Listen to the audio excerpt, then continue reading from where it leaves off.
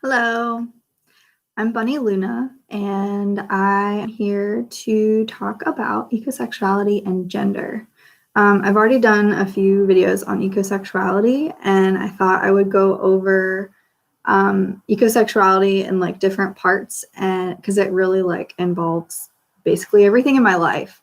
So I wanted to talk about it with certain themes. So this week, I'm going to talk about ecosexuality and gender.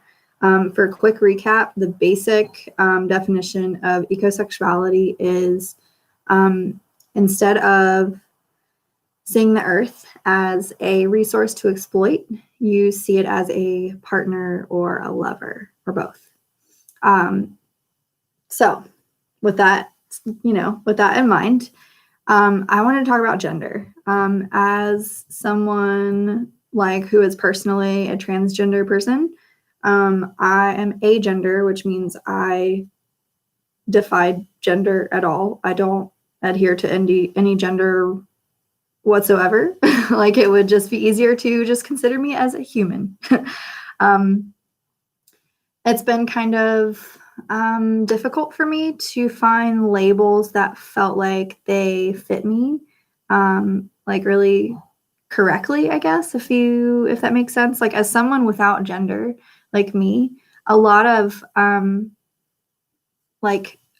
labels around sexuality and stuff. I know I'm going to be talking about sexuality in general later on too in more talks, but I think it's kind of important for this gender discussion because a lot of sexualities talk about if you are gay, that means you're a man that is attracted to men. If you're a lesbian, you're a woman that's attracted to women. A lot of these labels kind of in their definition use gender as a way to describe your sexuality. And as someone who has no gender, none of those labels felt like they fit me at all. And when I came across ecosexuality a few years ago, I was really, it was actually before I realized that I was agender, but it just felt immediately right to me.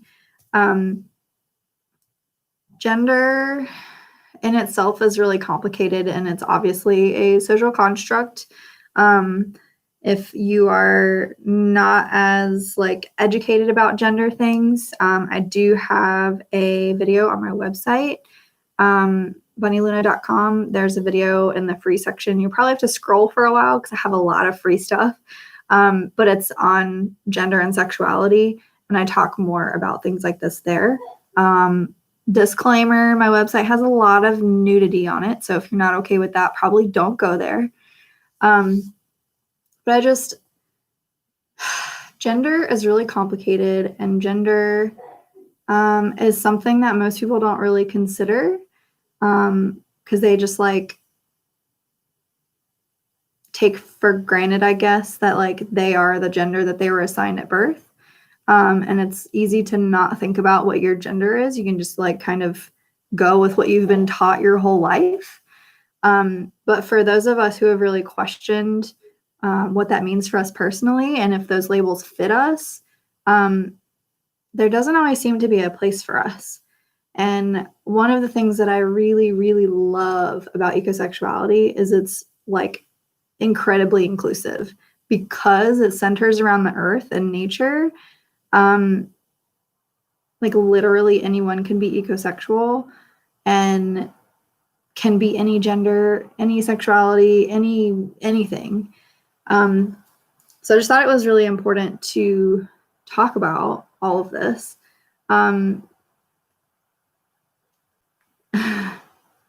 Within ecosexuality, I like to think about how we can use nature as a template or a role model for a lot of other things in our lives. I recently did a video. You can scroll back through my YouTube and see it was on bilateral gynandromorphs. So it was part of my Nature is Queer series. That's the first video I did for that. Nature shows us that literally basically anything is possible.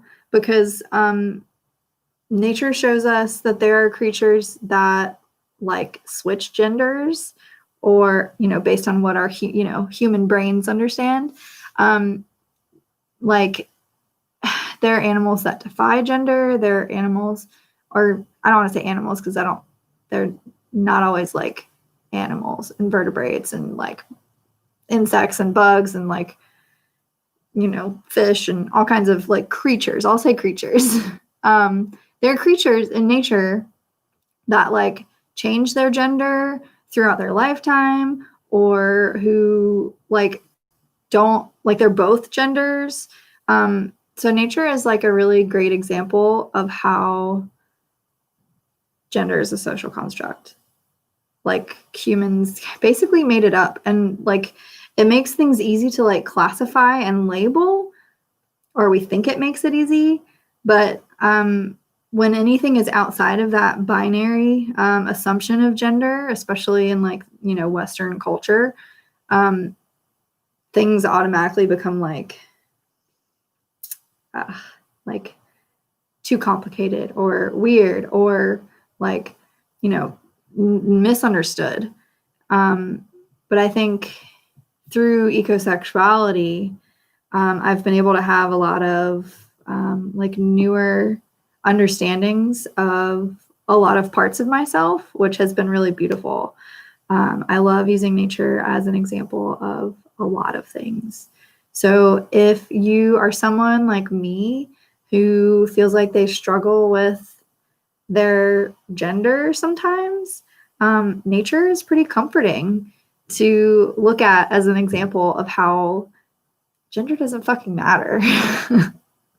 So to avoid going over the things that I'm going to be talking about in the future, I will be leaving this video basically as it is, I think. There's a lot more I could say, but it like goes into the other videos I'll be talking about in the future. But if you're curious, I have these discussions, well, I guess exploration series, because I'm not really having a conversation with anyone except for myself. I will be doing these every Monday throughout June and July, and it's going to be centered around ecosexuality and another topic. So I have like 9 different topics to talk about throughout, every Monday in June and July. So if you would like to hear more about this, subscribe to my channel and tune in on Mondays. I'll be doing it live at 6 p.m. Eastern. If you want to go more in depth and have an actual discussion with me, I would love to have you join me at my website, bunnyluna.com. Every Thursday, I have a intimate live video gathering where me and members of my website have a conversation for 30 minutes to an hour. And we talk about, sometimes it's about the YouTube videos that I make on Mondays. Sometimes it's just about like what's going on with us currently. It's always different. Sometimes I have like certain things in mind that I'd like to go over. Like I'll do sometimes oracle readings for the group. I might in the future do like a self-portrait session while the group hangs out and watches. So if you're curious about that, and if you're feeling called to join me in a deeper, way, head to bunnyluna.com and become a member, and I would love to have you join me there. Thank you so much for being here. If you have any questions, please put them below. I'd love to hear your comments and questions, and I might be able to answer some of those in a future video. Thank you.